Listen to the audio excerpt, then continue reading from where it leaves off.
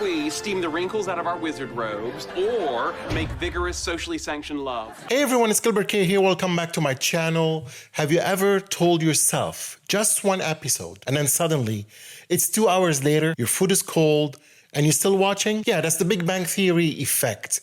It pulls you in, not just because it's funny, but because it feels like you're sitting with people. And now we're getting a brand new chapter in that universe. Stuart fails to save the universe. And I'm gonna say something right now that might surprise you. This might be the one we actually need. Why shows like this work? Let's talk about something real for a sec. We live in a world where everything is fast.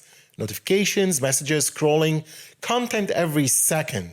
But somehow, we're missing something simple. Connection. Back in the day, I used to watch The Big Bang Theory during dinner. I didn't feel like I was just watching a show. It felt like I was part of a group. And that's the secret. And that's why shows like this blow up. Not just Big Bang, but Friends, Seinfeld, How I Met Your Mother, New Girl, even The Golden Girls. They're all tap into the same thing. You're watching characters, you're joining a circle. And that circle becomes your comfort zone. Now here's where it gets interesting. Out of all the characters they could have picked, they chose Stuart. And if you think about that, that's actually genius because Stuart isn't the guy who has it all together.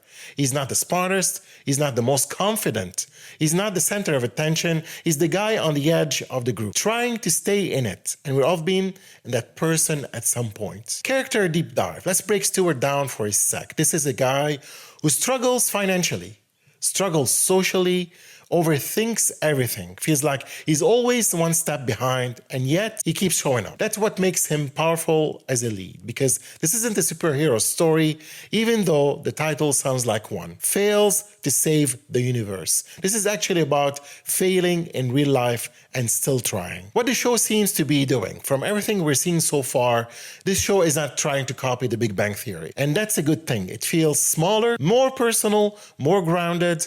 Instead of big personalities and long punchlines, it looks like it's leaning into quiet humor, awkward situations, real-life struggles, and emotional honesty. And honestly, that might hit harder. The big risk. Let's not ignore the risk here, because this is a big one. The Big Bang Theory worked because of chemistry. That group dynamic was lightning in a bottle. You can't just recreate that. And Stuart, he's not a Sheldon. He doesn't dominate the screen. So the question is, can a quieter character carry a louder legacy? That's the gamble. Fun facts. Kevin Sussman, Stuart, is not just acting, he's helping create the show, which means the story is coming from a real place. Stuart started a small character, but fans connected with him over time. But he felt real. Spin-offs usually struggle, especially when they leave behind major characters. The show is building its own identity instead of relying heavily on cameos. And that last one, that tells me they're trying to build something that can stand on its own. The emotional core. People can't live on their own. We need people, we need connection, we need that feeling where someone understands us, even if they don't fully get us. And sometimes we just want to be accepted, even if we are a little awkward, even if we don't have it all figured out, even we're still trying to save our own universe. And that's why this show has potential, because it's not about saving the world, it's about finding your own people in it. Comparison to classic shows.